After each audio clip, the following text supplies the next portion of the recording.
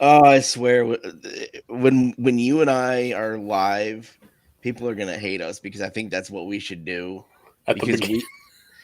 we see the countdown, they don't. Yeah. I think that's exactly what we should do from now on. As soon as it hits one, we should. It was all 3, 2, 1, go. Oh, welcome to the Not So Morning Rant. Uh, Originally, the objective for having the rant this late was because Chad was going to be working. Mm-hmm. That didn't plan out Mm-mm. or that didn't pan out to what we had planned. Um, yeah, he's been home all day. We've been watching the movie that we were going to be talking about. So, all in all, I mean, it still kind of worked out. Uh, Yeah. Just not how I wanted it to. I was gonna say not in the best way, but at least it worked out. I, um, I was not expecting my morning to start with my bumper being ripped off my truck. that sounds kind of kinky. I'm not gonna lie. Well, I told you before we went live, my truck had a wardrobe malfunction. So, Something we haven't talked about, and I'm surprised you haven't brought it up. Happy National Stone Cold Steve Austin Day. you know what? I didn't even know what the date was after that happened this morning. And when I finally sat down and got on Facebook, there was like 5 or 6 posts in a row from some of my wrestling friends, some of Really? the wrestlers. Happy Stone Cold Day. Make sure you drink some beer and stunner your boss. I mean, I guess it stunned your boss that you weren't gonna be able to work today. So there's one way to do it. Stunned me that I couldn't work today too. So screw you, Stone Cold Day. um, do you remember? I mean, obviously, it's not a legitimate on the books thing. It's just something to do with the fans. But do you remember when people started talking about that? No, I don't. But it's No. been so long now that it feels like they just always talked about it. Yeah, it's kind of one of those things that once you forget when it started, it feels like it's been going on forever. Yeah. Um, but yeah, I kind of wish that I had the ability to get my hands on some of his actual beer just to try Oh it. yeah. I've heard it's pretty good. I've heard that too, but I bet to get some shipped out here would probably cost a pretty penny. Um, I might have to look into that in the next couple days. Because I know he's got it out in Texas and out west. He's got a few stores that it's carried in, I believe. Yeah. But it's not like a huge. It's not done by a huge distributor, so Oh, yeah. So it's fairly, it's fairly local or fairly localized. yeah, Because there's local and then there's localized, and localized, depending on your area, could mean completely different things. Um, but yeah, I figured. I mean, Denise is it. right. Tomorrow is St. Patty's Day. Yeah. Thanks, Denise. I was going to talk about that at the end of the show. Good God, spoilers! Damn it. um. And I ain't got nothing green to wear. Well, the thing is, I was actually going to do another. I was gonna do a live stream tomorrow night and have a beer, or I was gonna go get some Guinness and green things tomorrow. Yeah. Um, so yeah, I mean, if you're home early enough tomorrow from work, if your truck is drivable, um, Well, we since we got the bumper off, the truck is drivable, but I took tomorrow off because it's the Co-Wetzel concert. oh good God, So I'm gonna be gone. I probably won't be home till 2 or 3 in the morning. just do me a favor, don't throw your bra at them. Chase, what you know, I don't wear them. I free boob it.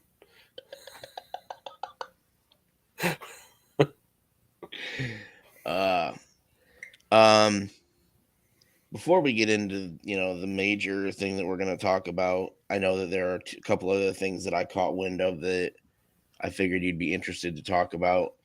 Um, I forget when it happened, but obviously you remember when they made the announcement that Mick Mars was going to be retiring from Yeah, touring with Motley, and they were yeah, going to have John Five take over for him. yeah. Um, I heard something the other day that seems to suggest that it wasn't a decision that Mick made. Uh, there's there are things that are being, there are opinions at this point that are being circulated, that the band may have convinced him to retire, and um, the only uh, the only thing that bothers me about that, I think, is the fact that he's one of the founding members of the band. Right. Um, but on the other hand, I I don't disagree with him retiring if it was by his own hand, so to speak. Yeah. Because obviously, I don't know. This was a couple months back. Did you see the video where the fan rushed the stage and knocked Mick over? No, I didn't see it. I heard people talking about it. I kind of wish that the entire band had jumped the guy. And that's probably not going to go over so well on YouTube. I'm not sorry though. Um, but no, like, on the one hand, if they asked him to retire, I understand it. It's not necessarily the greatest thing to do that, but I understand because if they were going to continue touring because of the condition uh progressing and him slowly deteriorating quicker, slowly deteriorating quicker. I thought that out real That's well, an oxymoron, sir. right? um, I hate to say it, but I could see where his health condition could render him a liability. Yeah. Um, because when you are a national touring act, you actually have to um you have your own stage that you bring with you, but you also have insurance that you buy to put that stage up and have that stage at different venues. So it may have been an insurance nightmare to have somebody who was a health liability.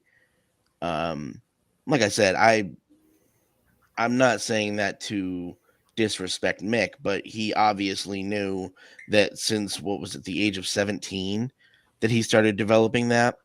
Yeah. Um, so Excuse me. obviously he knows that he that was progressing the way that it was. Well, I know. Um, I don't think he realized. I mean, I know he knew he had the issues when the band got popular. mhm. I don't think him nor any of the other members of the band knew they would be around this long as a band. Yeah, because they did some wild shit back in the day. Like they did some Yeah, shit that it was almost as wild as Ozzy. because I know my dad was telling me back when they had their 20th anniversary. They said something about we put the band together and we just thought we'd be around a few years and then we'd be broken up or whatever. And here it is, been 20 years now. I mean, Do you remember when that 20th anniversary was? Because I remember seeing them during their reunion tour, and I believe it was '05 or '06. It was the Carnival of Sins tour. which this is what they were considering their reunion tour. So I'm pretty sure the 20th anniversary was in 2001 because their Decade of Decadence album was 81 to 91. Okay, because I'm pretty sure I saw them 2005, 2006, somewhere around there, and that Yeah. was their reunion tour. That was the Carnival of Sins. That was some wild shit too. That was like no other concert I had ever seen. Right.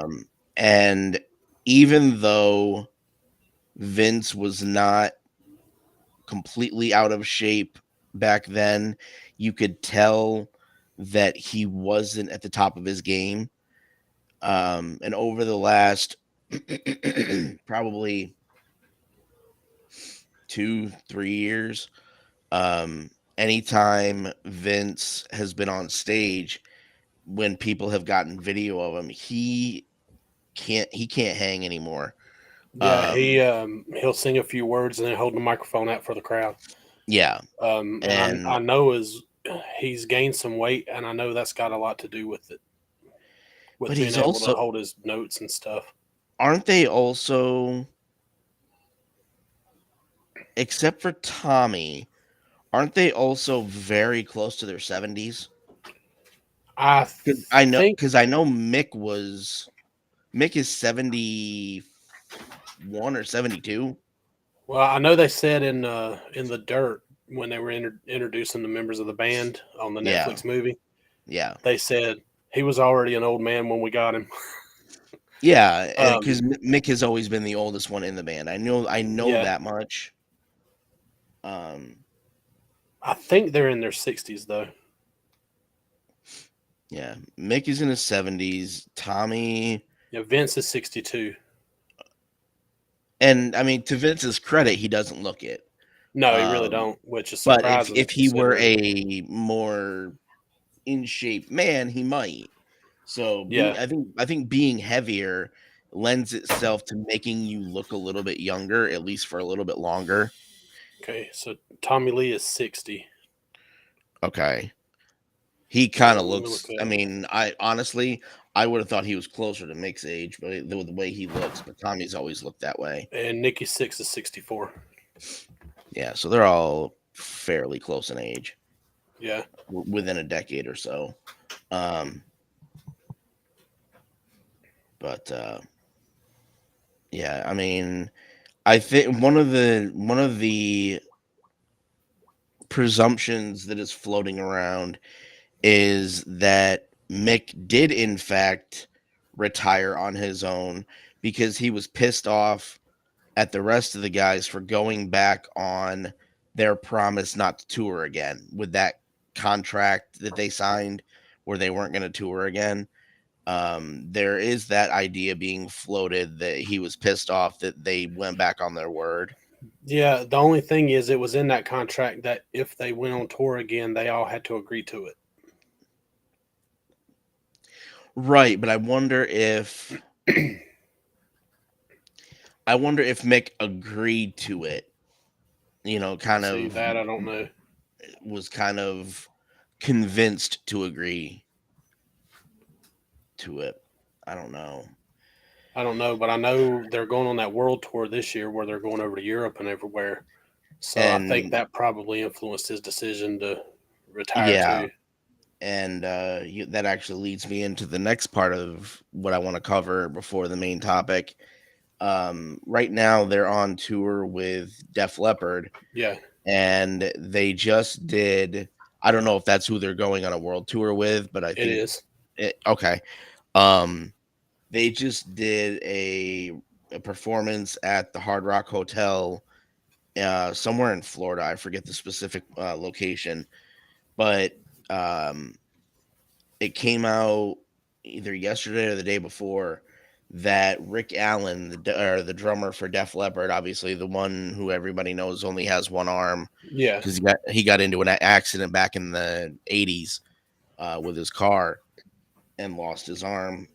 Rick Allen, as they finished up their performance at the Hard Rock Hotel, Rick was outside having a cigarette before the bands loaded their stuff up to leave, and a, a Florida man decided to bum rush him and assault him, knocked him to the Sick. ground. Yeah, knocked him to the ground, started beating the piss out of him, and Holy shit. yeah, and I guess one of the patrons of the hotel, a young lady, or I say young lady, I don't know her age, but a lady that was in the hotel tried to go out and help Rick, and the guy ended up severely injuring her too. I don't know the status of Rick's condition, but apparently he was, well, wow, there's some noise going on over there. Um, oh, piss off. Um, oh, oops. Amanda was sending something to the group chat. Oh, and you told her to piss off. Oops. I was gonna say don't. I was gonna say don't tell her I said that, but it's on stream, so damn.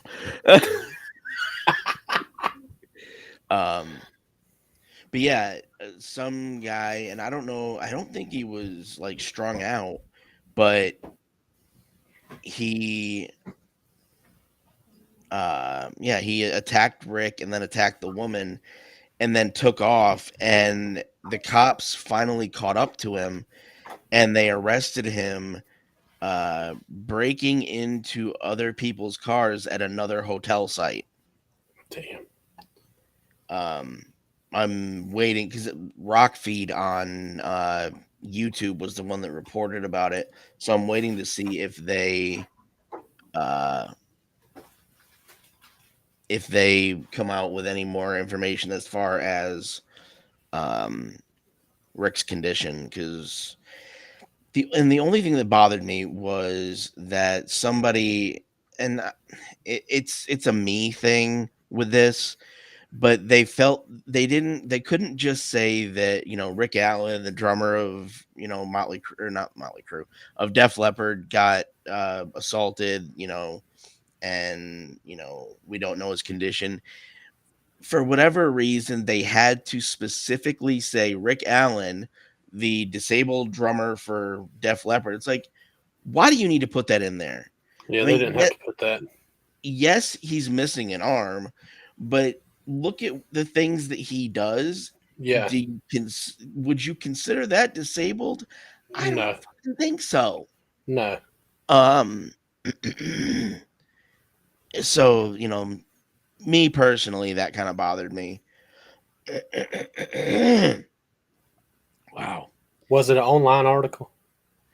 No, well, it might have been an online article. I don't remember, but all I know is that Rockfeed on YouTube, like their YouTube channel, was covering it. So I'd have to go see what the article was. They showed video and pictures of the guy that attacked him. He looked like a crazed lunatic Florida man too. But he was younger than us. Like he was, yeah, I was thinking he was younger than 30. Like he was in his late 20s, maybe early 30s. Yeah. And then I guess a bunch of people, a bunch of fans or media or people with cameras, but that's everybody nowadays. Yeah. Found him after the fact, and they were heckling the hell out of him. Did you realize that the person you attacked was the lead or the drummer for Def Leppard? And you could tell that they were harassing him, which I don't necessarily condone, but I mean, you attacked a guy and people found you. I'm sorry, you're gonna get heckled. Yeah. Especially when it's a public figure of that stature. Well, he needs to watch out for like a Def Leppard diehard. If there was a Def Leppard diehard down there and they found him, they might have beat the crap out of him. In all reality, Def Leppard diehards are our age or older, so they probably wouldn't be able to chase him with their walker.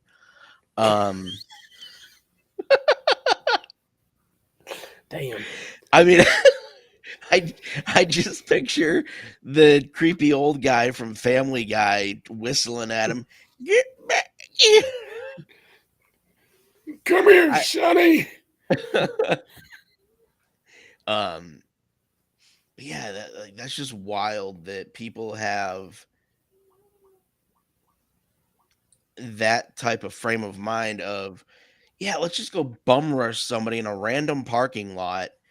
And, whether we know who he is or not, let's just, completely wreck his life Yeah. or at least his day. Um, yeah, that was just wild to me. But knowing that it was loosely connected to Motley Crue, I knew that would be of somewhat interest to you. Yeah. Um, So I saw a video on Instagram, I believe it was, on Motley Crue's page. It's been a couple of weeks ago now. yeah, Motley Crue and Def Leppard were both standing there, and they were trying to decide who was going to get they were doing, the first class seat. yeah, The coin said Motley Crue on one side and Def Leppard on the other. yeah, Def Leppard won. And what I thought was funny was Tommy Lee's like, now they've got to pay the most for they got to pay more for their tickets than we do. yeah.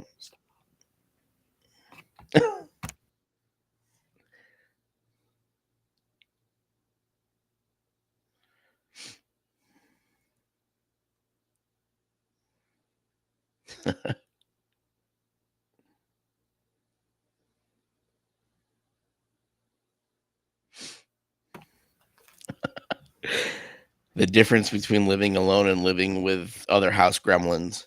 Right? But yeah, I mean, Def Leppard is a band that I actually started listening to after I started listening to Guns N' Roses, because I started listening to Guns N' Roses back in '93, and then I started listening to everything before Guns N' Roses after I had discovered them.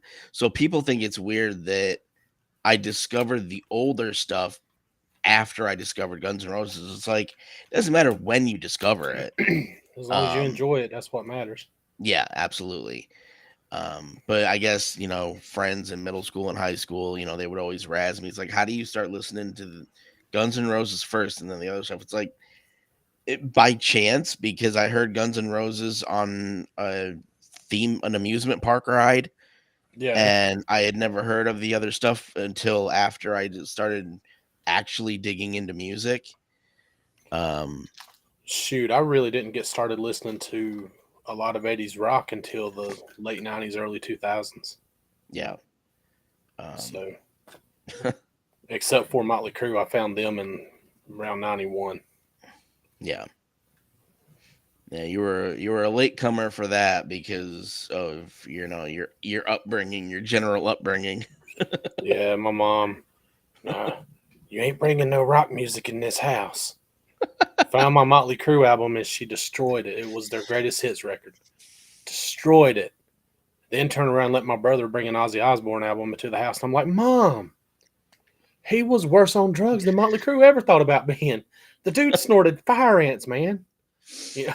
With Motley Crue. I didn't tell her that part. Oh, Lord. I mean, some of the things that we hear about that happened to the bands that we now listen to, it makes me wonder, would I have wanted to be alive when all of this happened, or is it more fun hearing about it after the fact, having not been alive? Because I mean, technically, you would have been alive around this time that these supposed things happened. But I look at it and I'm like, would I have wanted to been alive around that time that it happened, or is it just more fun hearing about it? I think a little bit of both, but like for me, when I watched The Dirt, Yeah, I remember when a lot of the stuff in the movie happened. Like, what was it? I knew Vince Neil's daughter died. Yeah, I had heard of that. And I knew about Nikki Sixx pulling the IV out of his arm Yep. when he OD'd.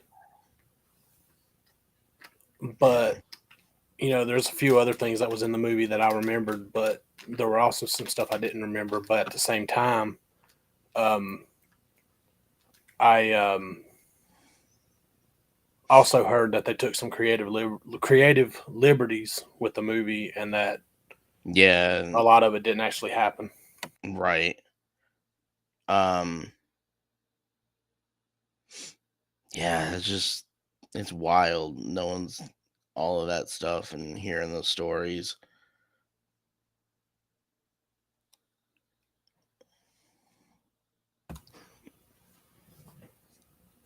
Damn house gremlins. But are you ready to get into the main topic? Yep. As I told you this afternoon, I didn't really have a solid idea as to what we were going to be watching. I had seen, screenshots. I hadn't even seen, video of it until this morning when was it this morning or yesterday when I rented the movie I don't know. But I never saw like any real video of it until I rented the movie and saw the trailer. Yeah. When I made the graphic for the live stream today, because of the fact that the movie is called The Whale, and because of the main reason I wanted to talk about it, I based on the graphic I put "Don't be a Moby Dickhead." Yeah. Because they were, when Brendan Fraser got nominated and then subsequently won awards for the movie,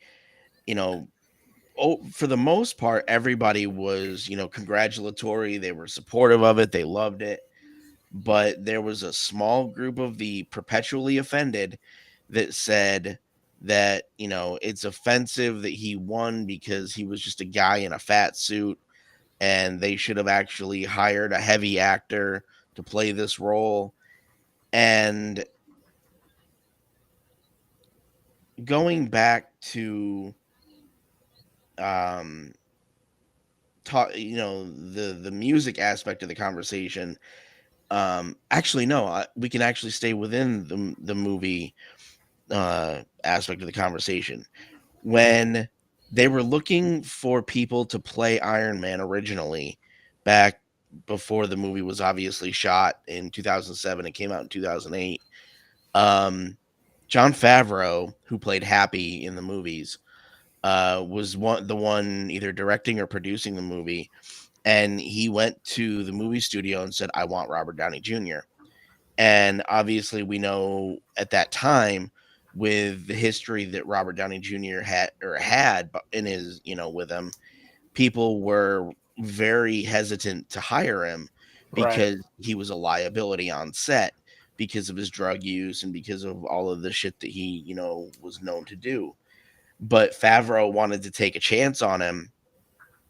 So I believe I've heard through the years that they had something along the lines of like $1.5 million insurance policy on him in case he fucked up. Oh wow. Yeah, that's what I heard. I don't know if that's necessarily true, but I think it's at least partially true. Um, but to tie it into what we're talking about,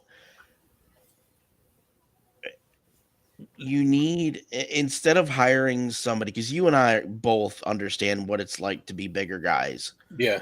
Um, we understand, and I mean you more so than me because you're up and walking around.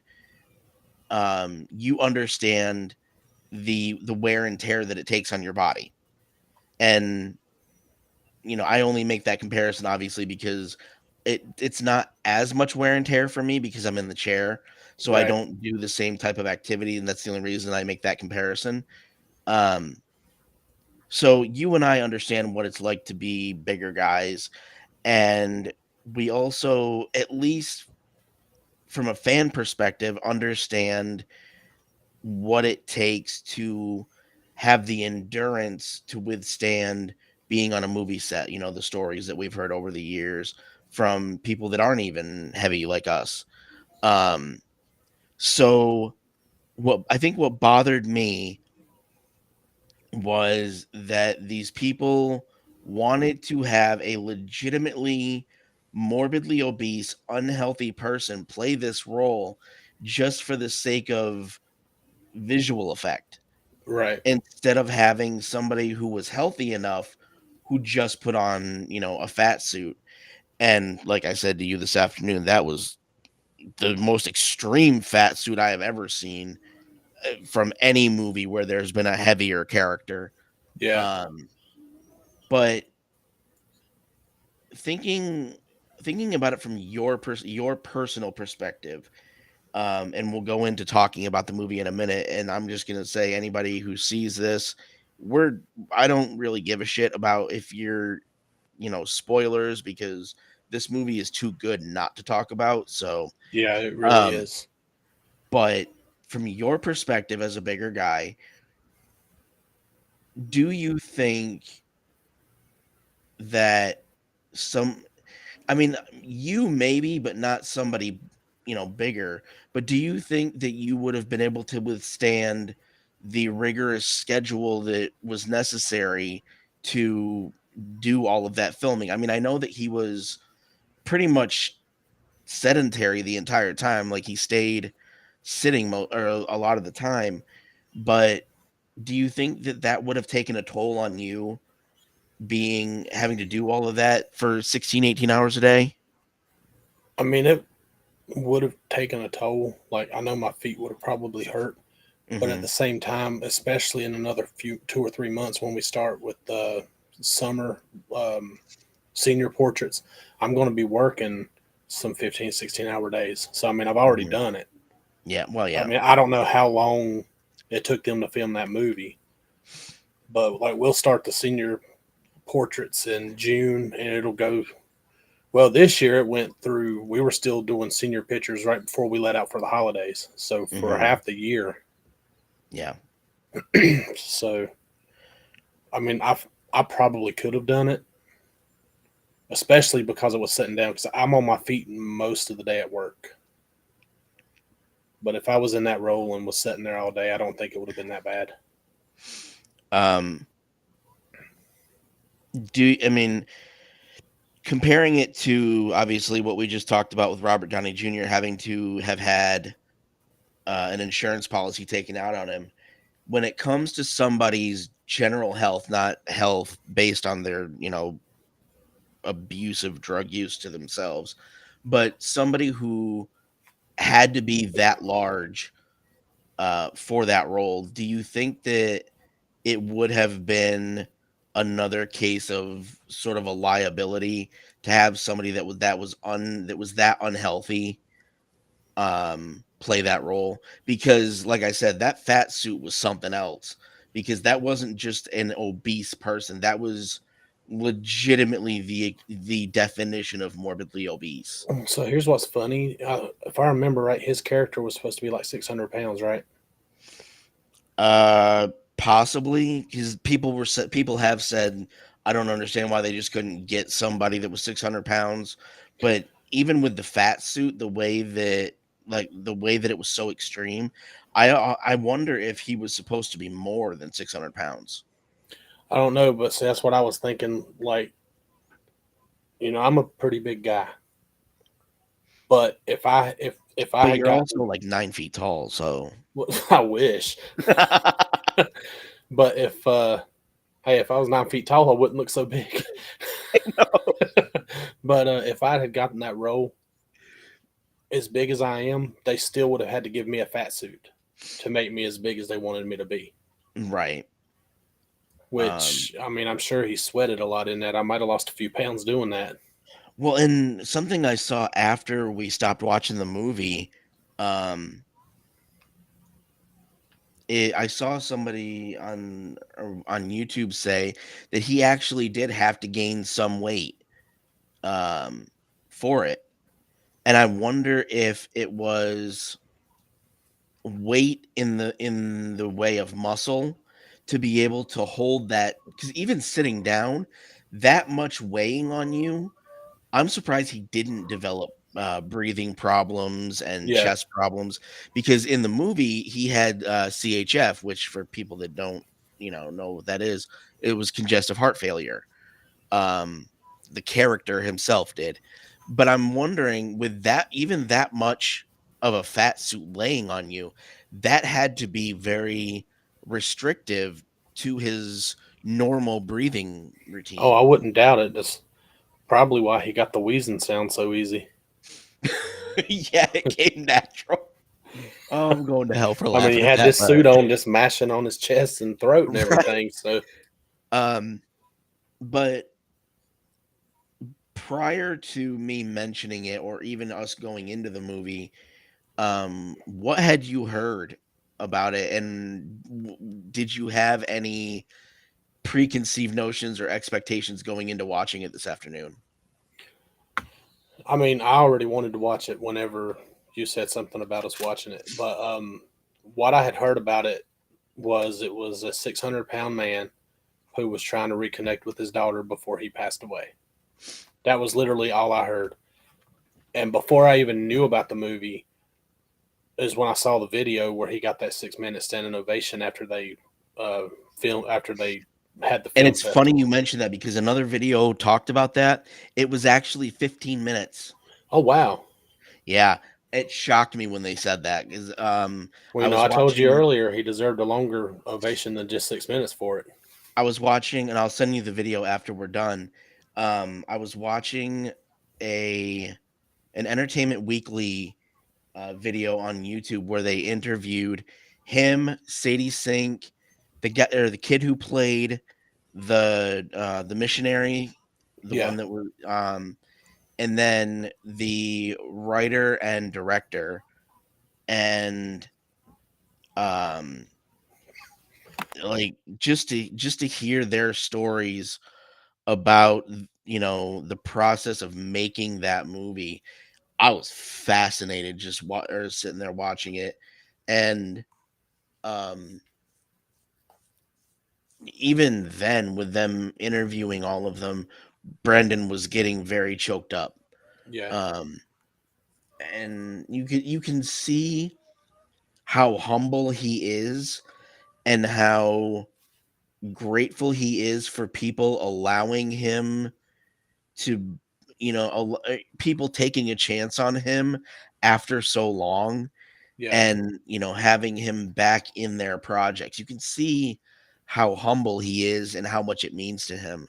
yeah. um but it was just like I said, I'll send you the video after we're done, but it was fascinating to watch that interview. It was only like 8 or 10 minutes long, but I'm sure the longer version is out there somewhere. I'll have to find it. um but I want to get your perspective, and I'll kind of bounce off what you're saying going into it. um what were your thoughts going into it, as far as um how the story started and kind of where it started? Because I'm wondering, if did you think that the movie started too slow as far as picking the story up, or did it kind of start right when you thought it would?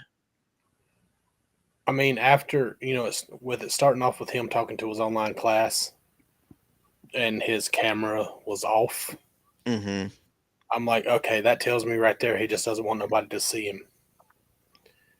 And then after he got done with the class and it showed him, and then the people, like I think the missionary come in first, and Yes. then his friend come in after. And I'm like, okay, so like the way they interacted with him when they first seen him, I thought I don't think they could have introduced him any better. Yeah, I agree. Um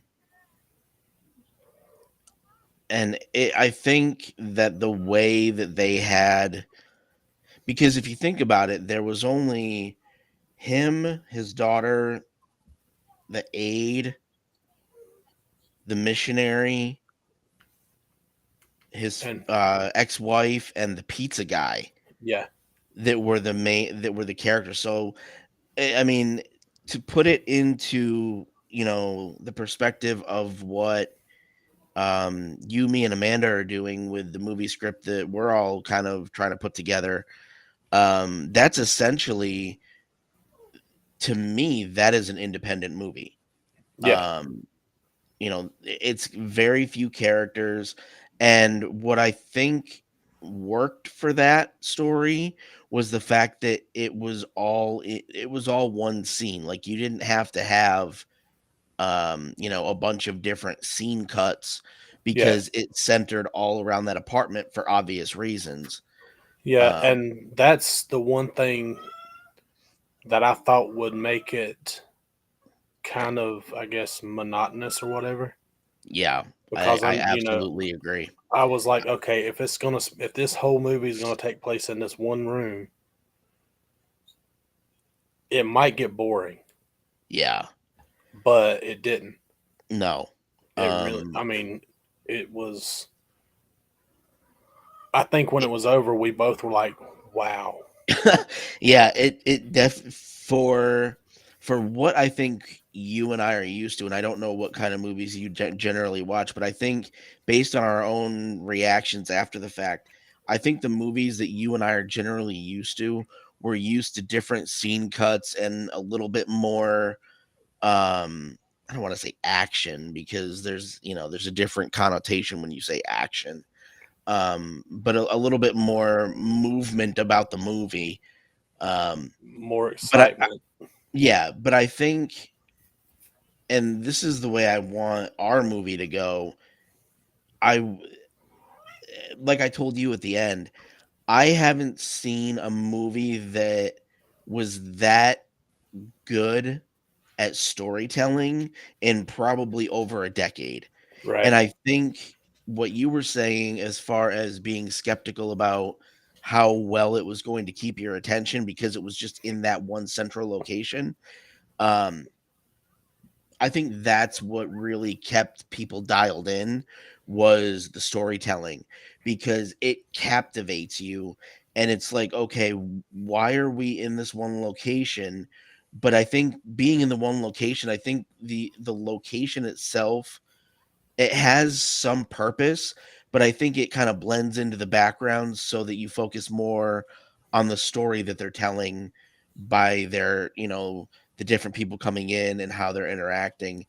And there is no question in my mind why he got the awards that he did. Oh no, he deserved every award he got or it will get for that movie. Yeah. Um, He like probably I was, deserves some awards that haven't been invented yet for that movie. yeah. I was fascinated by that entire thing. Um, I f-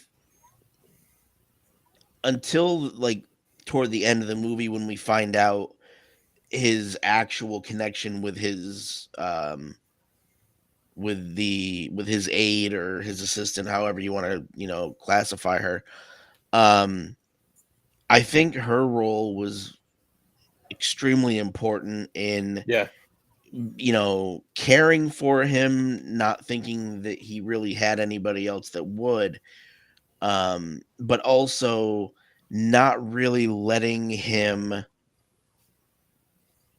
get away with too much, as far as not really letting him become complacent about his health and who he was and what had gotten him to that point.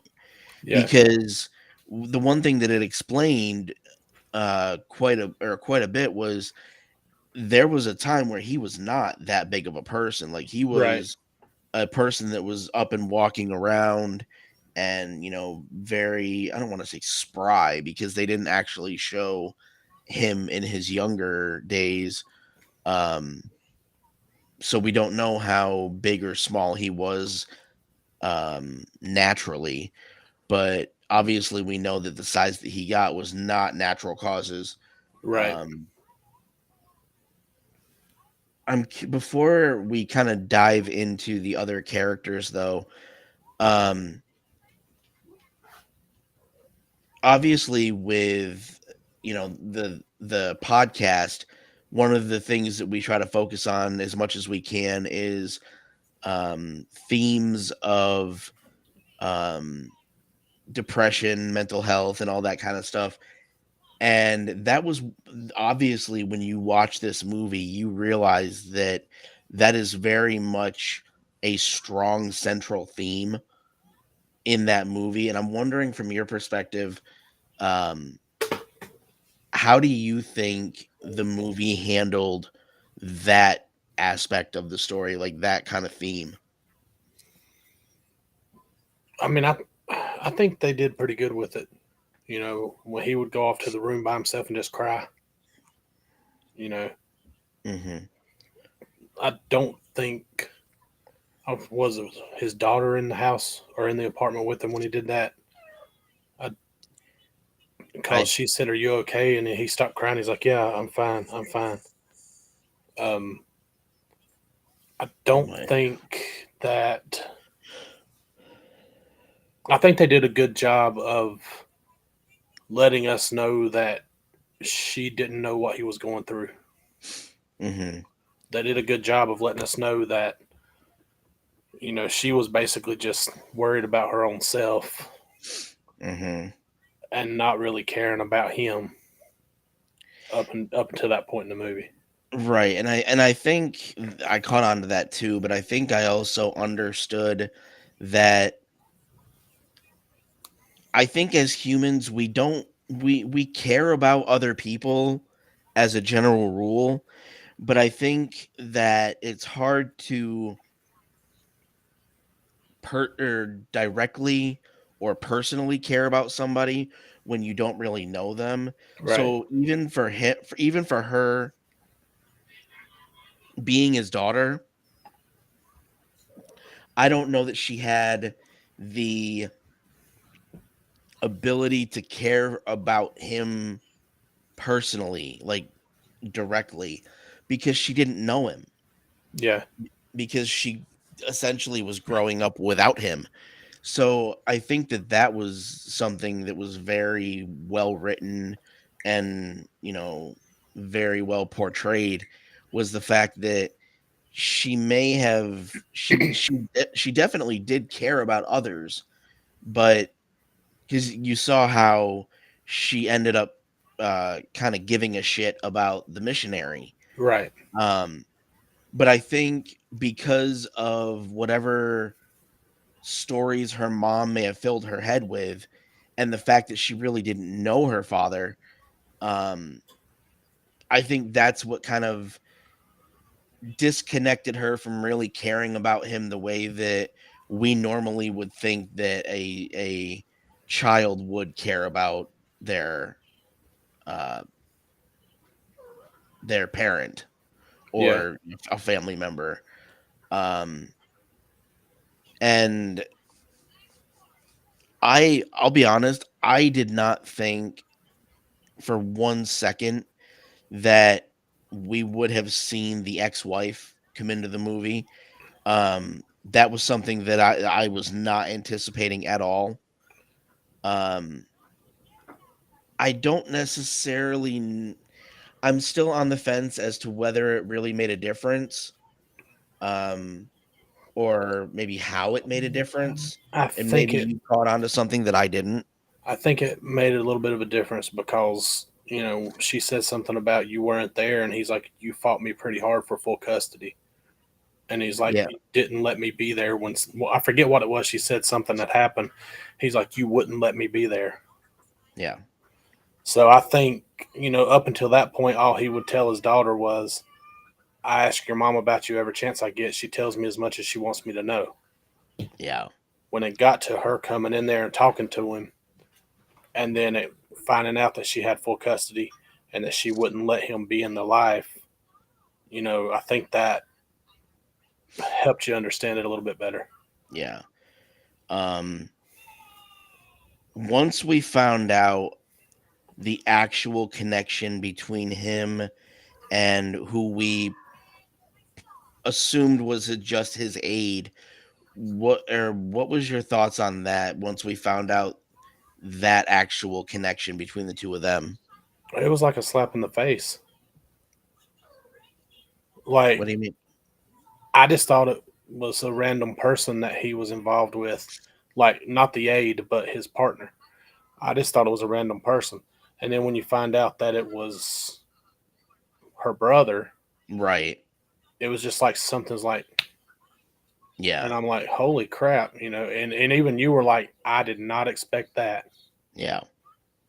Um, what was your reaction when the ex-wife actually admitted to him that she saw his boyfriend in like the Walmart, I think she said. I like I don't necessarily know why that was said, but I also kind of see why they put that in there. It's because it was, I think it was kind of for the purpose of the ex-wife seeing the person that he was now involved with at the time, Yeah. obviously before, the boyfriend died. Um, but I'm wondering what, when she admitted to him that she had seen the boyfriend in public and actually interacted with him, like what was your reaction to that? I'll be honest, I don't really remember that part. It was, Um, I remember her talking to him about him. yeah, she had said something to the effect of, I saw him once in public at Walmart, and I was trying to reach for something, and he had ended up helping me. Oh, okay, okay, yeah, I remember that now. I may have quoted that incorrectly, but it was Yeah, something along those lines. yeah, I remember that now. I mean,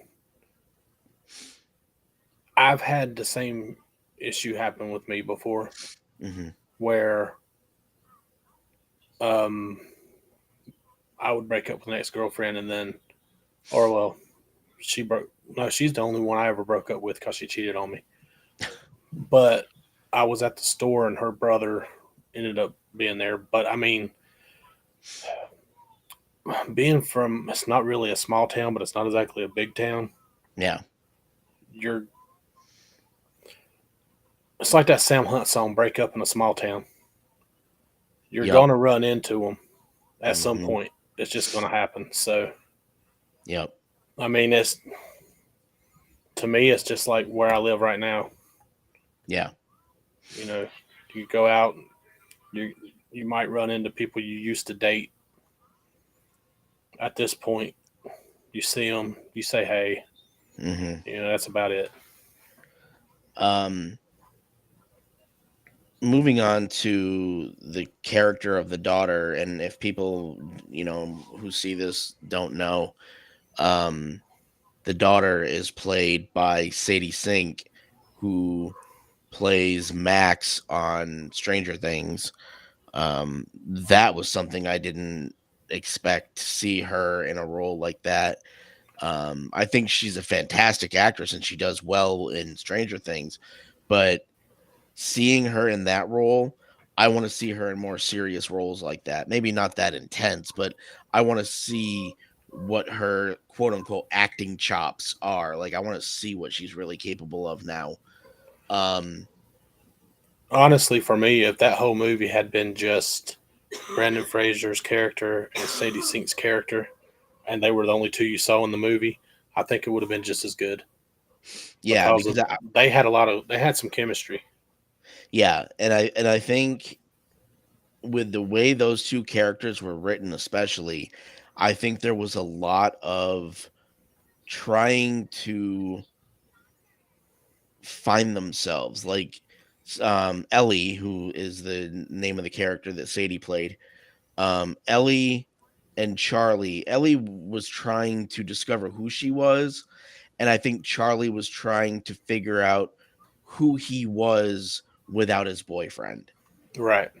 And like you just said, I think if it had just been that type of dynamic throughout the whole movie, I think it still would have worked just as well, because when you have that strong of a story where they're both broken for different reasons, um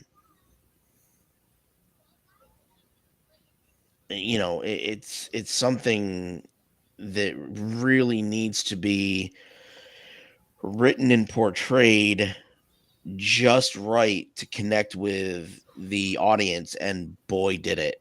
Yeah, it uh, really did.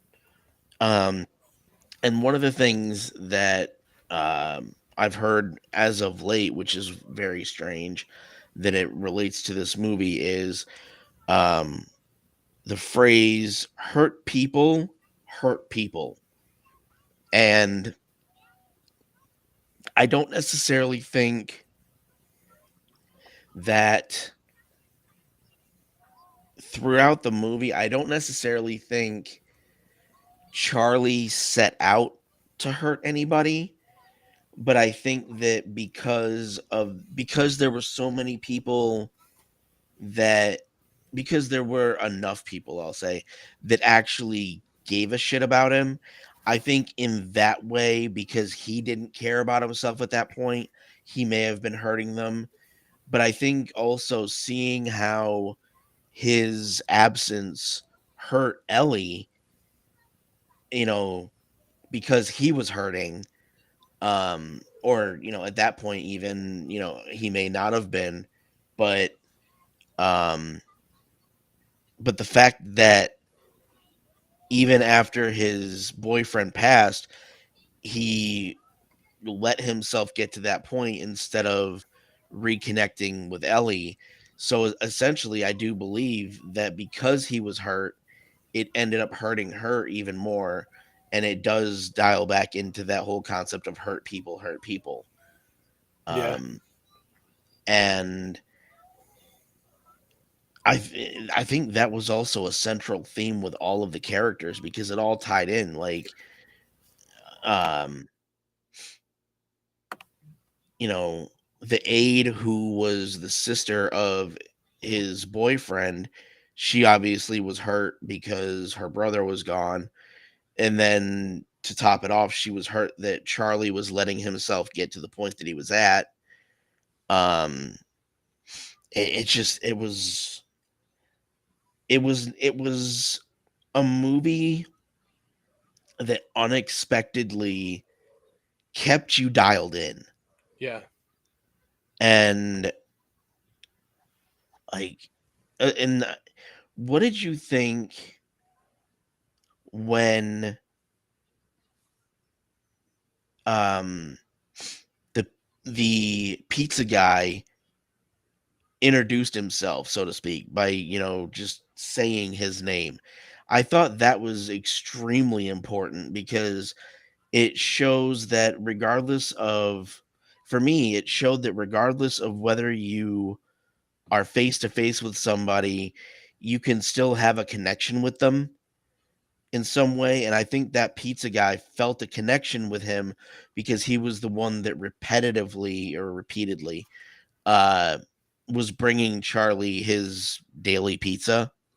Yeah. So what was your thought process when that happened? I mean, it was like he wants to get to know this dude because he's here every day and he hasn't seen him. Hmm.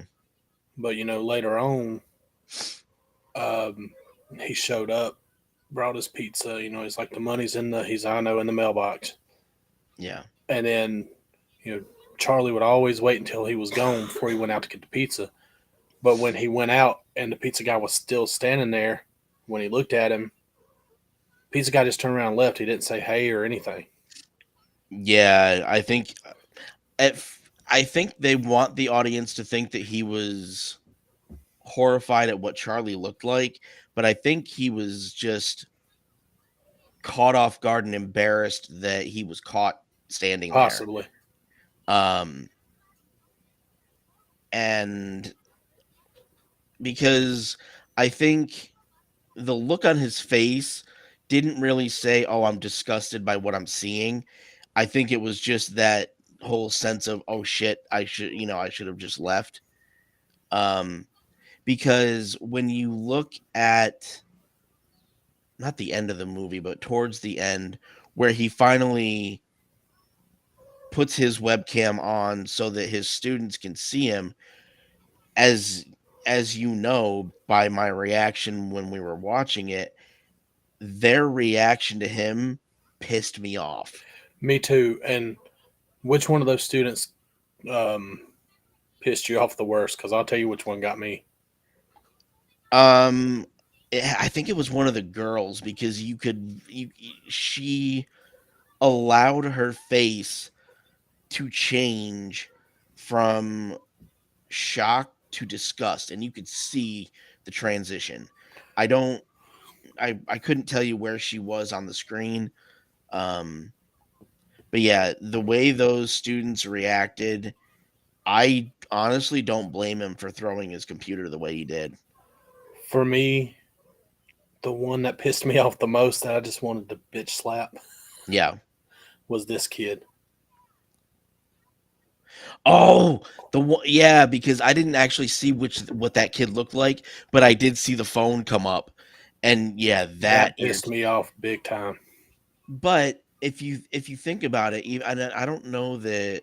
Oh wait, I don't know that we saw Ellie doing it, but if you remember when the ex-wife showed Charlie uh Ellie's Facebook, Ellie had actually posted pictures of Charlie Yeah, with very, angry and disgusting captions. yeah.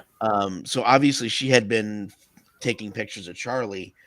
Um, but the only one, and I don't know that we saw that happening. I don't think that was something that was shown, but we did see her taking pictures of the missionary kid.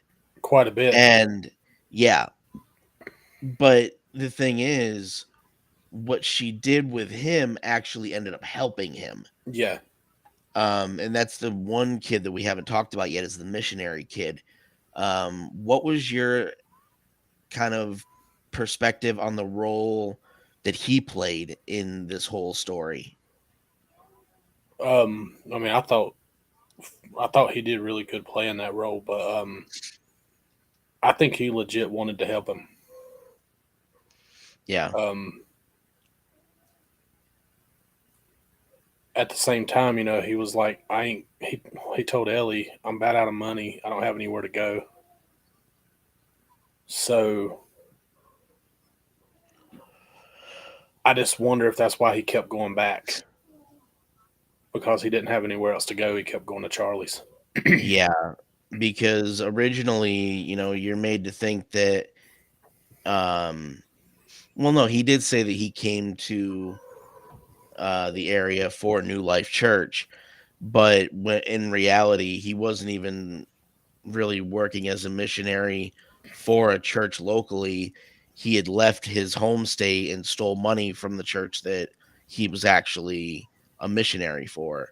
Yeah, So he wasn't doing missionary work for the church. He was doing missionary work in the way that he thought would be most effective. And I think overall, he was right.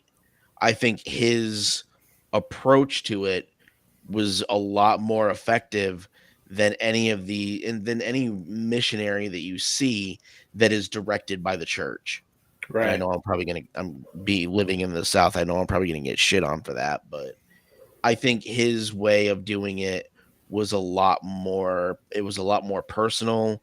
It was a lot more effective, and you connected with somebody instead of, being disconnected from them and just simply trying to preach to them. Yeah, and the way he went about it, to me, it was like you could tell he was vulnerable. He was Yeah. just putting himself out there. It wasn't like these other people that just go door to door and they're all like all smiles and holding their Bible and everything. When he went in, I don't even remember if he had a Bible on him when he first went in. I know he ended up with the one that he got out of the bedroom later on in the movie. Yeah, and I didn't actually realize he took that one. I don't know that I realized he took that one until he showed Charlie. Yeah. But yeah, he put himself out there. Mm-hmm. But it wasn't like he was trying to, push his beliefs down his throat about it. Yeah. So, in what way, if you had to explain it to somebody else, because I think the missionary kid, I don't remember his name. Thomas. Unfortunate. Oh, I knew that I could depend on you. I feel like Thomas was another one that was just trying to find himself. Yeah. Kind of like Charlie and Ellie. I feel like Thomas was one of the other ones that was very noticeably trying to just discover himself. And I think the work that he was attempting to do was helping him discover maybe who he was and what he was capable of doing within his personal beliefs. Yeah. And how he wanted to help others. He was trying to find himself and he was trying to find a place to be. Yeah, a place to belong. That pretty much just sums up his character. Yeah. Now, when Ellie came into Charlie's life, did you get the sense that, I mean, obviously she was very angry with him and she was lashing out at him, but did you get the sense that she was also trying to just find a place to belong? Because the way that she seemed to talk about her mother was that she had just as much of a strained relationship with her because of the drugs and alcohol that mom had resorted to. So I felt like Ellie was also just trying to find a place to belong. I mean, I didn't get that at first because of the way she was lashing out at him. Yeah. Because I can't remember what she said to him, but you were like, okay, she's kind of pissing me off. Yeah. I was like, yes, she is. Yeah, because I said if I didn't realize this was acting, it's kind of irritating the piss out of me. Yeah.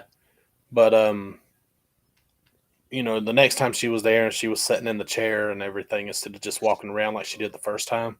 Yeah. I was like, it was kind of like she was trying to give him a reason to keep her there. Yeah. Or trying to find herself a reason to stay there. And I think that became more evident the few times that you saw her walk to the door, open it, but not necessarily leave right away. And I think that was really telling of she was just, not only was she trying to find a place to belong, she was trying to find another human to connect with. And I think that when whatever she did to help Thomas, I think that she knew that it was going to take longer for her to be able to reconnect with her dad. But I think that she saw a way that was easier for her at the time to connect with Thomas. And I think that's why she ended up, doing what she did. Yeah. What's the best way to say this? Because I'm not sure. I don't know YouTube's policy on talking about certain drugs. The wacky weed. There you go. They kind of bonded over that. Yeah.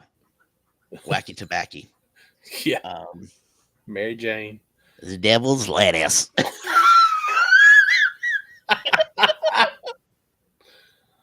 Don't touch the devil's lettuce. You just sounded like Mr. Haney. Was it Green Acres? Is that what he was on? I remember that show, but I don't remember enough about it other than Zsa Gabor. Yeah. She was a trip. Um, I want to ask, and I'm not going to spoil this I'm not going to spoil this part too much, but what was what was your thought process when you saw the last scene in the movie? That So I told you that fucked with my head, I think. when you were streaming it and you said that you couldn't see the screens because you were sharing your screen. Yeah. I was like, Yeah. yeah, I was just Yeah, you had told me that you were getting emotional, and it, I don't know that I've ever seen a movie where that, like, the representation of somebody passing away has been depicted in that way. Um, the only that shocked other the hell out of me. the only other movie that I've seen where you, and I don't care if it's a spoiler because the movie's like 15 years old. But the only other movie I've seen where you don't actually see the person die was The Wrestler. I think it was what it's called, The Wrestler with Mickey Rourke. And you know what? That was actually another Darren Aronofsky film. Was it really? It's weird that you mentioned that, because one of the videos I was watching after we were done was talking about that movie. See, I bought it on DVD when it come out because I didn't get to see it before it hit DVD, and I wanted to see it really bad. But I did not realize that was one of his movies. Yep. I've heard his name periodically throughout the years, but didn't really know much about him. But Yeah, now that I've seen The Whale, I want to see what other stories Darren has told through yeah, his movies, because if he's that good of a storyteller, and I mean, to be fair, he didn't actually write the movie. It was a play that was written by somebody else. Um, and he just, adapted it for a movie. But if he was able to tell a story like that with The Whale, um, I definitely need to see the rest of his movies, because that is one hell of a way to be a storyteller. yeah. Like, that's some skill. Um, and it's weird. See, It's weird that you mentioned The Wrestler, because they literally talked about that I, after we were done. that just makes me wonder how many movies I've seen that were his movies and I didn't know it. You know what? It made me wonder the same thing. Once we stop streaming, maybe you and I'll there's still video chat, and we'll look it up. But maybe we'll start. You know what we should do? We should do a couple of episodes where we find movies of his that we can actually watch, and not necessarily compare them to The Whale, but compare his directorial style, because he's, like I said, he's obviously a great storyteller. Yeah, But I wonder if there are similarities in his other movies in the way that he tells stories, because you saw, like, none of these characters in The Whale were flawless. right. They all had their personal demons, their personal problems, and I think the most captivating thing was the fact that it was all something that you could actually place in real life. Like, the average person could go through anything that and these characters dealt with. And I think that was the most incredible thing about it, because it wasn't, there was no, they didn't embellish anything. Like, they kept it raw and real. Yeah. And I think that's why you and I both, tried not to let our emotions show. Because, if it'll hit us, it'll hit anybody. Yeah. And I mean, I'm glad the movie's getting the acclaim that it's getting Yeah, because Brendan Fraser deserves to be on our movie screens and TV screens. That absolutely. he is a national treasure. Yeah, and actually, it's funny you say that because there are people on Twitter, since the whale came out, there are people on Twitter that said, he needs to be protected at all costs, Yeah. and Brendan Fraser is a national treasure. That's literally one thing that people are saying, and I'm I don't watch a lot of movies, but I'm glad that I decided to watch that one Yeah. because I think there were themes within it that actually hit me personally and made me see things differently about the way that I'm, kind of existing, Right. and things that I need to be a little bit more aware of. Um, but yeah, I don't regret any part of, watching that movie. Like No. nothing about that movie leaves me with any regret for renting it. Um, I mean, what was it? 5, 6 characters, and that was it. Something around, yeah, And because every there was the aide, there was Charlie, there was the daughter, the missionary, and the mom, uh, the ex-wife, and the pizza pizza guy. guy. Can't forget the So pizza guy. yeah, and I mean, I really can't say it about the pizza guy because you only really saw him for like 5 seconds. You just True, heard his voice through the door. but I think he actually played an important role Yeah, in kind of making Charlie realize people don't need to see me to have a connection to me. right. That's what I loved about that part of the But movie. the other characters, those actors, every one of them, I don't think any one of them had a better performance than the other with what their character was supposed to be. Yeah, absolutely. And one of the things, and like I said, I'll send you the video of the interview, but when they were talking to Sadie Sink, um, the Darren Aronofsky said that because he saw her on Stranger Things, he felt automatically connected to her and really wanted to see what her range of ability was with acting. And like I said, I want to see her in more roles like that. Not necessarily as dark, but I want to see how serious she can get and how impactful, her acting ability can really reach, like what level it can reach. Well, he did a good job wanting to pick her because I'm telling you, the chemistry between her and Brandon Fraser was on point. Yeah. Like, I would Um, like to see them two make more movies together. yeah. It was just incredible. Like I said, I don't regret one thing about renting it. Um Now here's another thing. Are there people in you that come to mind for you that you would turn around and recommend this movie to? Or also, are there people that you would recommend this to that you would automatically think would just dismiss it by seeing uh, the fact that he is a very, very large man?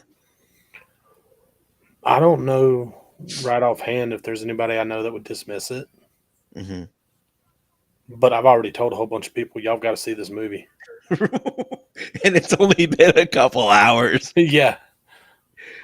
Um,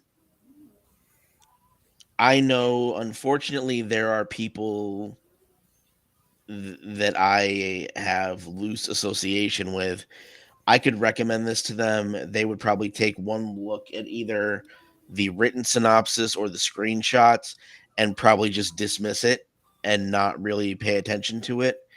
Um, I would probably have to find somebody who is almost dangerously obsessed with movies to really entice them to watch this. But I think that in the world that we are experiencing right now, especially with the central theme of these people trying to connect with each other to find a way to reconnect with themselves, I think that I think that there are a number of people that need to see this, because I think what this movie what this movie showed me is something that I think we've been dealing with for the last 3 years in regard to forgetting how to connect with others, Yeah, and how important it really is to connect with others, to maintain that connection with yourself. yeah. um so I don't know emotionally if I would watch it again, Oh, maybe I would. sometime down the line. um but yeah, I think even if I just watch it that one time, I think that movie's gonna stick with me. I'll probably end up sitting down and watching it with Courtney at some point because she Yeah, loves I would Brandon Fraser. love to hear. I was gonna say I'd love to hear her perspective about it. Um, Now, being that you have a young one, would you say that there are themes that younger people wouldn't understand yet, or would you recommend that a family watch it together? Because for me, and I say this as somebody who doesn't have kids, I don't necessarily know if I would have a kid watch it. Maybe somebody who's 16 or older, because I don't know. And I mean, maybe kids are a lot more in tune than I think, but I generally don't know if kids would be able to identify with the movie. So I think Adriana would identify with it pretty well. And the only reason I'm saying that is she sat down with us maybe it's been within the past 2 years Hmm. and watched Edward Scissorhands. Yeah, I remember you telling me about that. Yeah, and whenever they were being mean to him, she was fussing at them people. She was Yeah, yelling at my TV, fussing at them people for being mean to him. So I think she would probably fuss at his daughter for treating him the way she did at the beginning. yeah, Um, she would probably talk about how the kids on the computer screen were being rude. yeah. And Um, that's another thing with this generation of like Gen Z that we're seeing, that are so connected to their devices and putting everything online, and only kind of going after the wow factor, or posting things to get likes and attention. um Being that generation actually exists outside of that movie, after seeing how they responded to him when he showed his face, what would be, as a parent and maybe as a bigger guy, what would your message to that part of that generation be, as far as their behavior when it comes to their reaction to other people? I think I tell them they're still people. They still have feelings just like you do. You know, um, You mean you wouldn't tell him to fuck off and kick him in the nuts like I would? I would love to see you be able to kick somebody. I mean, I'm at that level, so I could essentially. Oh, I could punch him in the nuts, but There you go. But nah, the only reason I wouldn't do all that is because I don't really want to catch a charge. But I um, mean, it, and see here's another thing. he stayed positive. Even his ex-wife told him when she said, "What do you think about Ellie?" And he's like, "She's amazing." And she's like, "Why are you doing this? You're still staying positive about everything." He Even with was everything he was going through, he was. well, and the thing is, I think the difference there was he was positive about everyone else around him but himself. Yeah, And I think that was really the message that was trying to convey. He was not he was not positive about anything about himself. yeah. It was more so about the people around him. But yeah, I mean, I would just have to tell him, look, that might be a bigger person than you, but they probably got a bigger heart than you do too. They're probably, you know, I would probably use some words that YouTube would get you banned for if I said them right here, but I would let them know, that person's a better person than you are. Yeah. It's when I see a special needs kid and people are picking on them. Mhm. Um,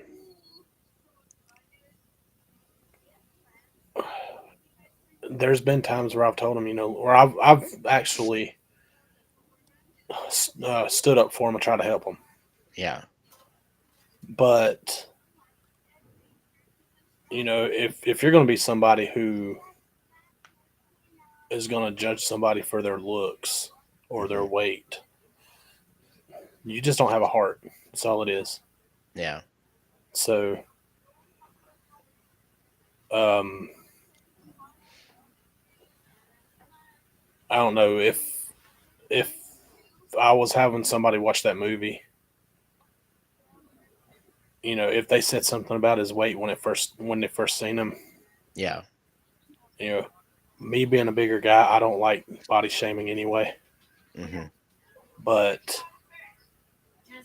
if that happened, like when I've seen it happen in the past, I've, you know, not gonna say I've gotten on to them for it, but Yeah. I've had some words with them. I don't really know what you asked me what my message would be to somebody about it. Yeah. It would have, it would have to be they've got feelings, they're still people, and they've got a better heart than you do. And I think the reason that I posed that question to you is not only because you are a father, but your job requires you to be around these little chuckle fucks. Yeah, And even you have said that their disconnection from each other bothers you to a certain degree because you see them all, with their faces buried in their smart devices. yeah, So that I think that was one of the reasons that I was curious what your perspective would be because you deal with kids that were Ellie's age because she was 17, I believe the mom said. You deal with kids that age or in that age range, and you deal with kids that were within the age range of the ones that Charlie was teaching. So that's why I was curious what your message to them would be because you have firsthand experience being around that type of energy. yeah. There's a lot of people who are in line and they're just on their phone.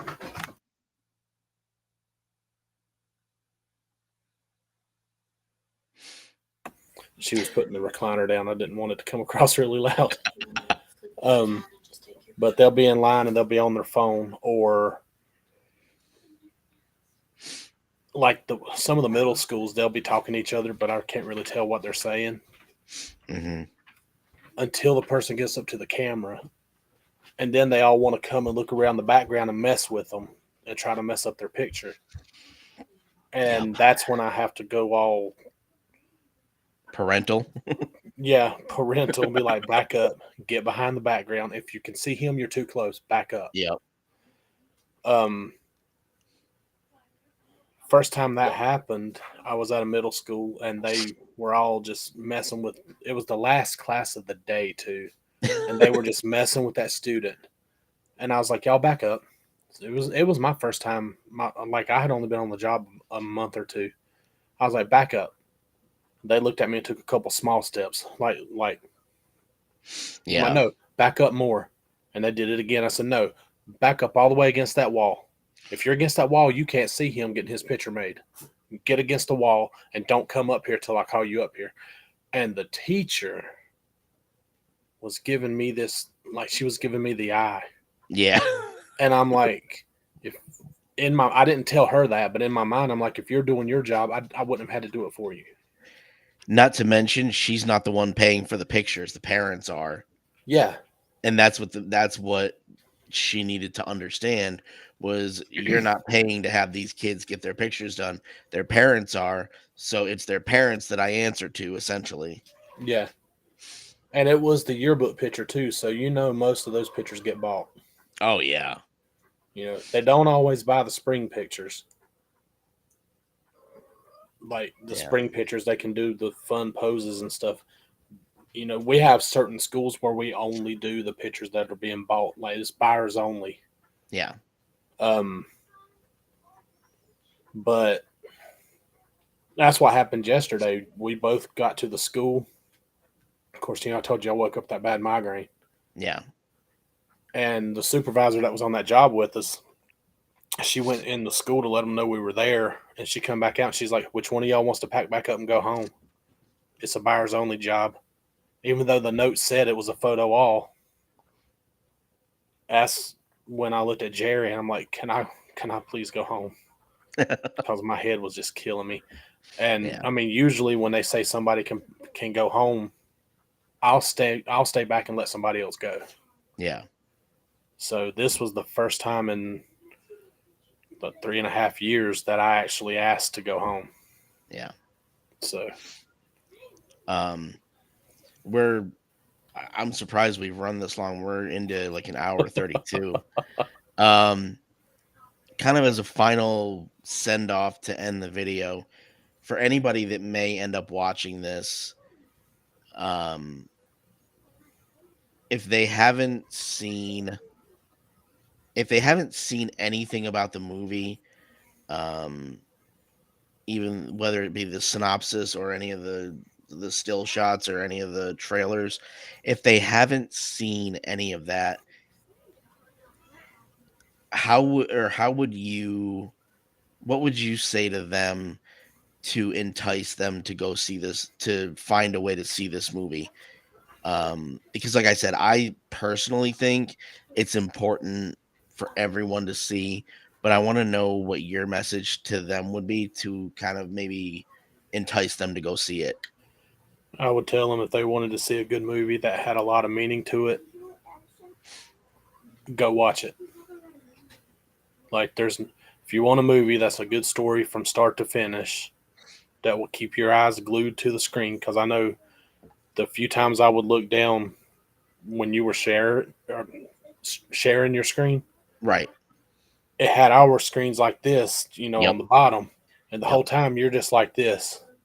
Yeah, like I was. Like I never saw you turn your head.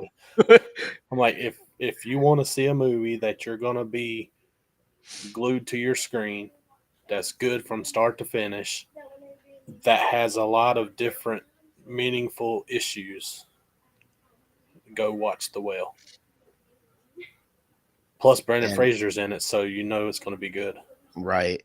And I think overall, I think the message is that it is relatable to everybody in one way, shape, or form in real life. It's not something that, we like this story, it makes us feel good, this, that, and the other. It's one of those things where it is relatable to everybody in one way or another. Yeah. So, but I'm glad that we actually got to, spend the afternoon doing that. I think that we should try to. I think when you have days off, we should maybe try and do that more often. I think that'd be awesome. But